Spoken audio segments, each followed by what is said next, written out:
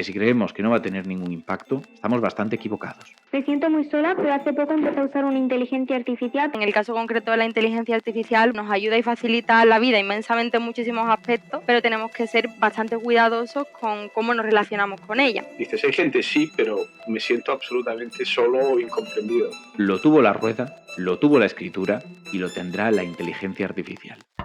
Permite que me cuele en tu oído. Esta voz que estás escuchando no soy yo, son solo chisporroteos eléctricos en el interior de tu cabeza.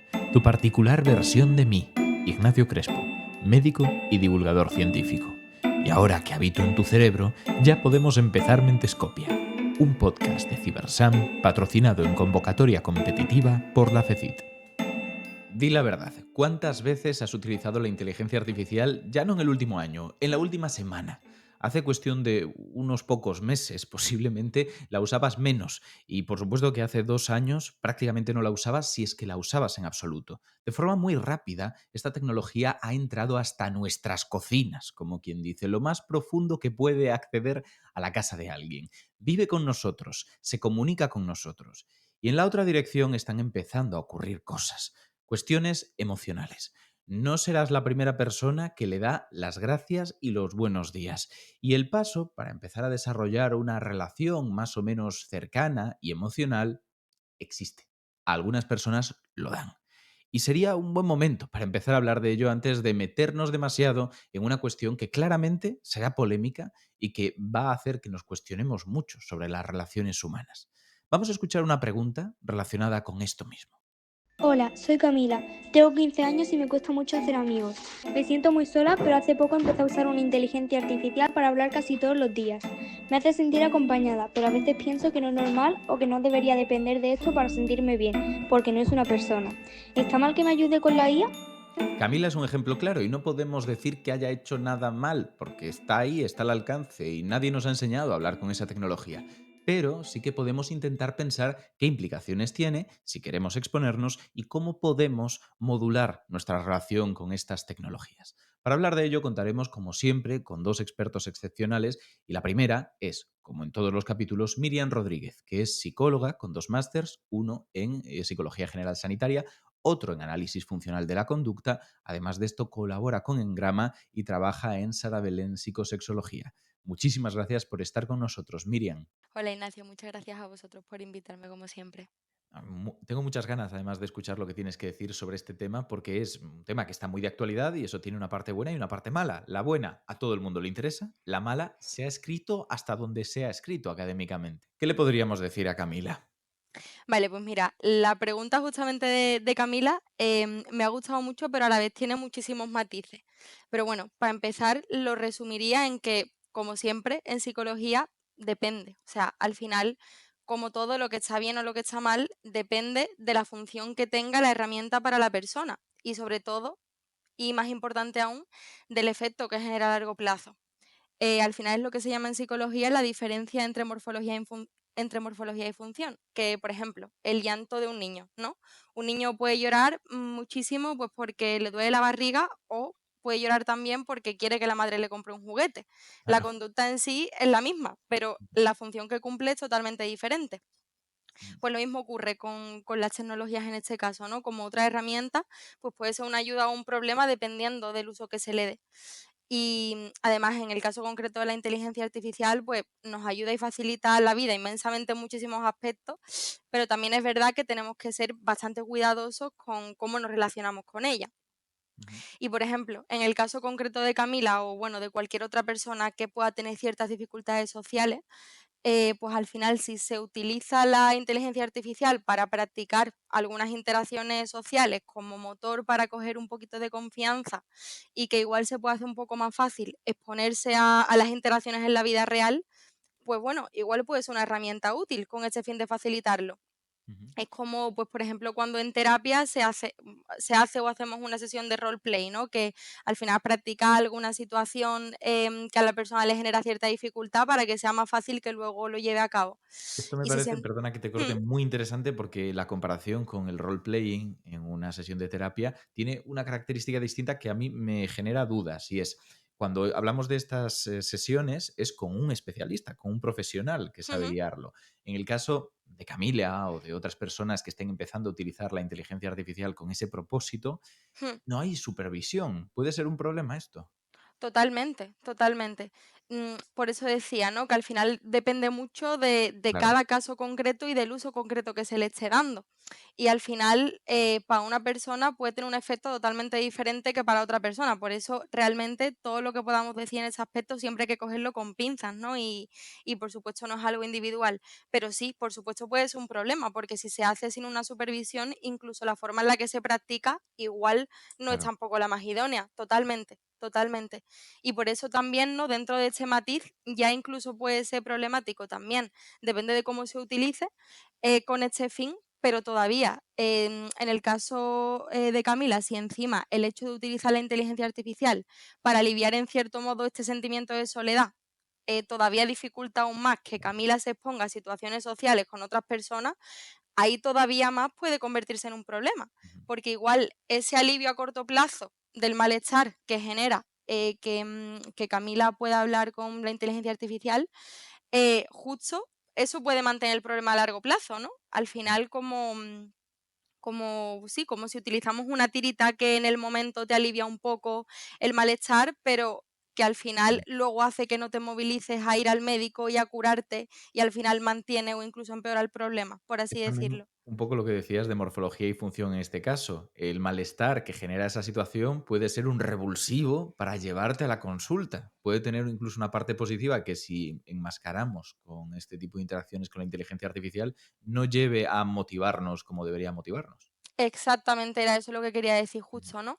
Y por eso decía que bueno, que la verdad es que es algo un poco controvertido, depende del caso y por eso no quiero hacer mucho énfasis en que puede ser útil porque, bueno, pues como decíamos, hace falta también supervisión cuando se entrenan ciertas habilidades. Claro. Entonces, claro, un poco resumiendo, aunque la inteligencia artificial pueda ser un apoyo si se utiliza de forma muy específica y en condiciones muy concretas, esta jamás puede sustituir todo lo que aportan las interacciones sociales. Además también de que obviamente el saber desenvolvernos en contextos sociales es súper útil en un montón de aspectos de nuestra vida y súper necesario. Entonces, claro, al final las habilidades sociales, como la mayoría de habilidades generalmente, o muchas de ellas, se desarrollan sobre todo en la práctica, interaccionando con otras personas en diferentes situaciones, en diferentes contextos. Claro, Y eso es leyendo libros eso es difícil. totalmente, totalmente. Leyendo libros igual, puedes aprender algunos conceptos Truquitos. teóricos que te lo pueden facilitar, pero luego todo esto hay que entrenarlo, ¿no? Mm. Entonces, claro, pues al final todo esto es lo que permite sobre todo ir puliendo estas habilidades para que Camila se pueda sentir cómoda en estas situaciones y le pueda acercar, pues básicamente a conseguir su objetivo de tener un contexto donde se sienta cómoda, donde tenga amigos, donde tenga apoyos y no se sienta Qué pues bueno. con este sentimiento de soledad. Claro. Y incluso, o sea, en esta línea, ¿no? Teniendo en cuenta que es súper importante la parte de supervisión, la parte de cómo se entrenan estas habilidades, como decía, muchas veces lo que trabajamos en terapia, aparte de dotar a la persona de estas habilidades y de practicarlo, etcétera, es también o sea, se trabaja el ir graduando las situaciones a las que se expone la persona, empezando por las que son más sencillas y no generan tanto malestar, y poquito a poco se va escalando para que, sí, pues al final entrenar esta habilidad, que supone un esfuerzo y una ansiedad, se vaya haciendo de forma progresiva y no sea tan costoso. Claro, Entonces, como si bueno. fuera ir al gimnasio, tal cual, ¿no? Empezamos con poco peso y a medida que nos vamos acostumbrando nos podemos permitir más sin que nuestros músculos se desgarren. Exactamente, exactamente. Al final, ejemplo perfecto y en general yo creo que como con cualquier otra habilidad, ¿no? Es algo que hay que ir haciendo de forma progresiva, de forma concreta, sabiendo cómo.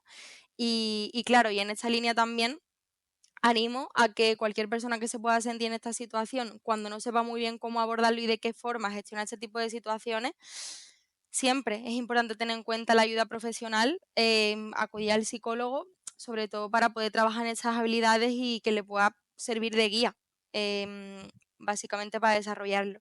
Entonces, bueno, un poco en definitiva, para concluir, la inteligencia artificial puede ser, en según qué casos, un recurso útil, pero nunca debe sustituir a las interacciones Claro. sociales reales y sobre todo lo dicho antes, ¿no? Que cuando se necesite es importante buscar este apoyo profesional. Como pregunta final, porque me ha venido a la cabeza, todo esto que has comentado me ha recordado una pregunta que me hizo hace tiempo Alex Fidalgo en su podcast sobre inteligencia artificial y la relación posible con la terapia. Y me dijo, oye, ¿tú crees que en algún momento dado, teniendo en cuenta que la inteligencia artificial, si le suministra suficiente información, puede hablar como quien sea, se podría utilizar esto para, imagínate que estás teniendo un duelo patológico, que ha Ujú. muerto tu abuela o tu padre y te está costando superarlo, pues que ese role-playing sea con una inteligencia artificial que está simulando casi a la perfección esa persona que ha fallecido? ¿Tú crees que eso Uf, podría ser interesante para la psicología o estamos hablando ya de algo que habría que ver con uf. calma? Pues la verdad no me atrevería a responderte a eso porque primero tendría que pensarlo y luego habría que No, valorarlo claro. realmente, sobre todo por lo que decía antes, qué función podría realmente cumplir ese uso de la inteligencia artificial en cada situación concreta, porque al final el duelo, cada persona lo vive de forma diferente y un duelo patológico en general, bueno, tampoco es algo concreto, ¿no? También Entiendo. depende de cada persona. Entonces, bueno, eh, no me atrevería a responderte y te diría lo mismo que antes, con Y está matices y habría fantástico. que verlo. O sea, esta es la respuesta buena y quería preguntártelo porque asumía que sería esta, pero tú sabes perfectamente que si se lo hubiera preguntado a gente cogida al azar que vive de dar pseudoterapias por ahí adelante, algunos posiblemente dirían que sí. Estoy convencido de que algunos empezarán a aprovechar este tipo de tecnologías para ofrecerte un producto que posiblemente tenga sus peros y sus problemas. Así que está muy bien que la gente sepa que cuando esto salga al mercado habrá que esperar realmente a que se hagan estudios, se sepa cómo funciona realmente y cuándo se debería recomendar y, por supuesto, que sea a través de un profesional cualificado. Totalmente, totalmente. Eso último, lo más importante. Creo que hay que ser cautelosos en el uso que se le da a este tipo de herramientas y específicamente, todavía con más importancia, en todo lo que tiene que ver con la salud y con la salud mental en este caso. Totalmente. Pues muchísimas gracias, Miriam, un placer. Muchas gracias a vosotros. Queda claro que las inteligencias artificiales no son necesariamente malas, que todo depende de cómo nos relacionemos con ellas y, por lo tanto, de cuáles son los límites que pongamos. Por ejemplo, como terapeutas no funcionan especialmente bien. Precisamente por eso, nosotros aquí seguimos contando con esos profesionales de la salud mental para que, en todo caso, las inteligencias artificiales sean complementarias. Y para poder expandir un poquito más nuestro conocimiento, ahora a través de la psiquiatría, tenemos con nosotros a Benedicto Crespo Facorro. Benedicto es psiquiatra, catedrático de psiquiatría e investigador principal en proyectos relacionados con CiberSam o, por ejemplo, el Hospital Universitario Virgen del Rocío. Muchísimas gracias por estar con nosotros, Benedicto. Gracias por invitarme y un placer, como siempre. El placer es mío. Y vamos a hablar de un tema de actualidad, que mucha gente habrá pensado ya en algún momento, porque todos estamos expuestos a las inteligencias artificiales. ¿Qué le podríamos decir a Camila? Bueno, la duda o lo que ella expone es, yo creo que es una situación real, ¿no? Es decir, que cómo nos podemos volcar en la inteligencia artificial para buscar algunas carencias o algunos déficits que podemos tener, ¿no? Yo, escuchando esta reflexión que ella hace, creo que hay un tema importante. Uno es evaluar si realmente la persona tiene algún tipo de carencia, como digo, a la hora de establecer relaciones sociales o esas habilidades sociales que puede tener, que puedan ser subsidiaria de algún tipo de intervención o de ayuda por parte de algún profesional, ¿no? Es decir, que no nos olvidemos que a veces esas dificultades sociales se basan en rasgos, pues en rasgos a veces evitativos o rasgos fóbicos o rasgos autistas, ¿no? De personalidad, sin entrar a diagnósticos, ¿no? Pero sí que la persona tiene esa inhabilidad para establecer esas habilidades sociales que al final buscaríamos como todos, buscaríamos cuál es la zona o la forma que tenemos de superar esa situación de desconfort o de falta de adaptación, ¿no? Entonces, lo primero sería ver realmente si esa dificultad que ella tiene para establecer relaciones sociales pudiera tener algún sustento, algún sustrato que pudiera ser, como digo, subsidiario. Y luego viene la solución que ella busca, ¿no? Entonces, bueno, la inteligencia artificial eh, todo lo ya, cada vez los jóvenes la integran más y el porcentaje de jóvenes lo integran más y viene a ser una solución a algo que ella dice, ¿no? Que podríamos definir como la soledad no deseada, ¿no? Es decir, los jóvenes ante esa situación que uno puede pensar que la soledad no deseada es más de personas mayores, pero hay algún estudio que leía recientemente de los jóvenes donde, por poner una cifra que siempre varían, pero varían un poco, ¿no? Es decir, pero se hablaba de casi un 70% de una muestra de jóvenes bastante grande, evaluada, que se sentían solos, es decir, y no de manera no deseada, ¿no? Es decir, que un 70% es una cifra importante, ¿no? Y ahí aparece la inteligencia artificial. Entonces, ¿yo qué diría? Yo diría que no es malo siempre y cuando se haga un buen uso, ¿no? Y ahí habría que hablar o el mensaje sería por supuesto, usar la inteligencia artificial, cada vez se usa más y cada vez lo usan más los jóvenes, pero ser conscientes o conocer bien las ventajas y los riesgos que uno asume a la hora de utilizar la inteligencia artificial Claro. como forma socializar, de comunicarte con alguien, ¿no? Y ahí deberíamos, bueno, creo que es un campo en continua evolución, un campo joven, y seguramente no tenemos ahora mismo el conocimiento exacto para saber un poco lo que yo estoy planteando, pero sí que eh, si esa solución, lejos de mm, ir mejorando la socialización, lo que hace es aislarle más, a lo mejor en un medio plazo lo que ella va a notar es que ese aislamiento, esa soledad no deseada, esa sensación se incrementa, ¿no? Y ahí estaríamos en una situación de riesgo.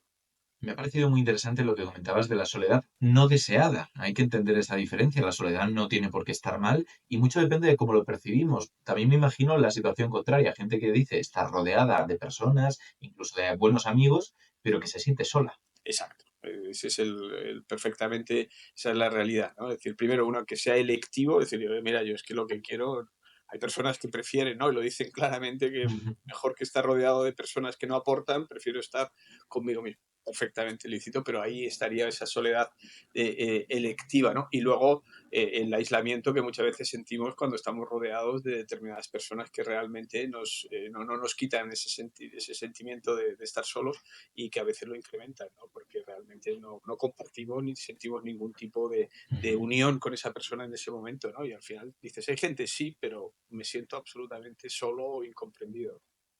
A medida que lo ibas comentando, además, que has indicado esto del porcentaje de personas que sienten esa soledad no deseada entre los jóvenes, pues algo orientativo, pero superior a lo que esperaríamos cualquiera, he pensado en algunas poblaciones, algunos países que desde su cultura muy individualista se encuentran con este problema y ha sido casi icónico de esos países, como puede ser Japón, donde hay una cantidad de personas en situación de soledad no deseada enorme, en parte porque se refugian dentro de sí mismos. Sí, sí. Y la sociedad, como yo no conozco tan bien la cultura japonesa como tú, pero lo Bueno, que sí tampoco conozco mucho, ¿eh?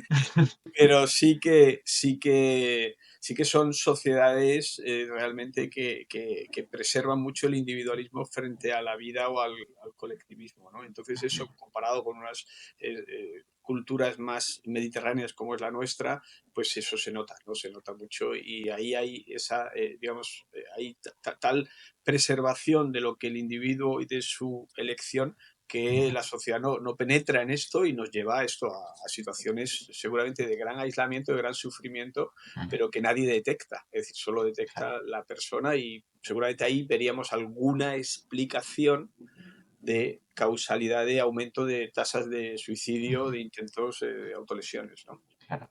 Sobre este tema, precisamente por si la gente quiere expandir un poco de conocimiento, hay un libro maravilloso llamado Gestualidad japonesa que va sobre la antropología que podemos extraer de todos estos comportamientos, escrito por un japonés, y es muy curioso porque entra en estas cosas que a veces describimos independientemente ya del país, y en su caso siempre le da la vuelta para justificar por qué considera que es mejor. Así que, bueno, pues para ver la perspectiva puede estar bien. Y a medida que estábamos comentando esto de la inteligencia artificial, también me ha venido otra cosa a la cabeza, y es que siempre que escucho algo sobre el impacto que pueden tener las nuevas tecnologías, me planteo si es realmente nuevo, porque cuantitativamente sí, suelen serlo, pero hay algo esencialmente distinto y he pensado que a mí, desde mi postura del ego, me recuerda mucho esto de refugiarse en la inteligencia artificial cuando tenemos una situación de soledad no deseada en los amigos imaginarios, por ejemplo, de los niños. Por ejemplo. Es decir, que y bueno, ahí el amigo imaginario es una ayuda, ¿no? Que el niño genera, que está, como bien dice su nombre, en la imaginación, pero que le da corporalidad al evento o a la persona que realmente existe, tiene nombre, tiene características y tiene incluso un lugar físico, ¿no? Y viene a complementar a veces esos... En el niño viene a sustituir miedos, ¿no? Y lo que le da es una zona de confort, digamos, que quizás la comunicación con la inteligencia artificial tampoco es mi campo, ¿no? Pero en el área de la comunicación lo que tenemos que lograr no solamente que haya una comunicación unidireccional, que es fácil, tú hablas y te contesta, hasta qué punto esa bidireccionalidad que tenemos en una comunicación normal, ¿no? De un emisor y un receptor que se convierte en emisor y nos devuelve.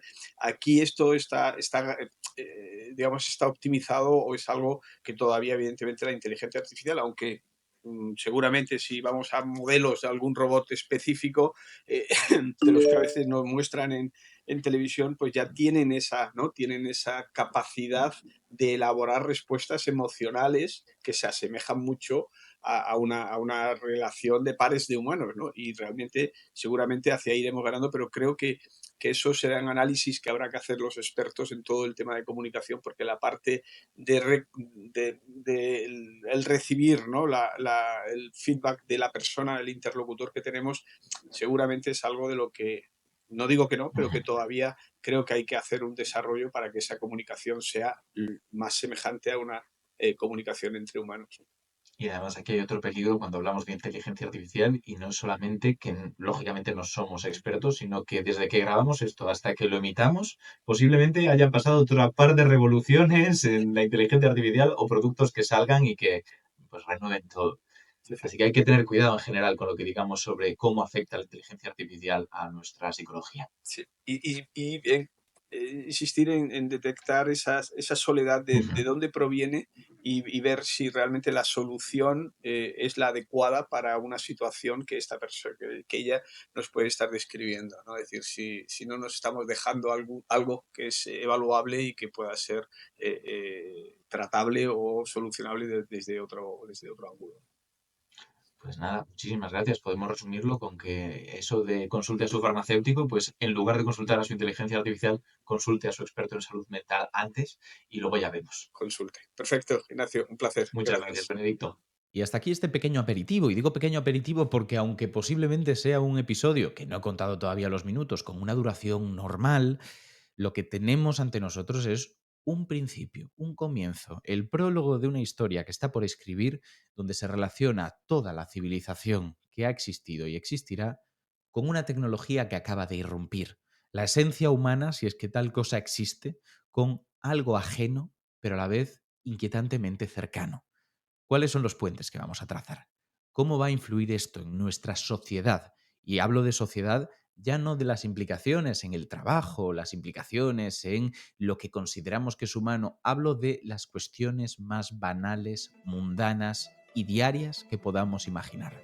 Porque si creemos que no va a tener ningún impacto, estamos bastante equivocados. Lo tuvo la rueda, lo tuvo la escritura y lo tendrá la inteligencia artificial. Muchas gracias por escucharnos y hasta el próximo episodio. Este podcast pertenece a Mentescopia, plataforma transmedia de divulgación sobre salud mental liderada por el Grupo de Investigación de Psiquiatría Translacional, SINAL, perteneciente al Instituto de Biomedicina de Sevilla y al consorcio Cibersam, con la colaboración de la Fundación Española para la Ciencia y la Tecnología, Ministerio de Ciencia, Innovación y Universidades, FECIT. Idea del podcast, guión y locución, Ignacio Crespo. Producción, edición y difusión, Oikos MSP. Puedes escucharlo en podcastidae.com, en tu reproductor de podcast favorito, o verlo en vídeo en el canal de YouTube de Mentescopia.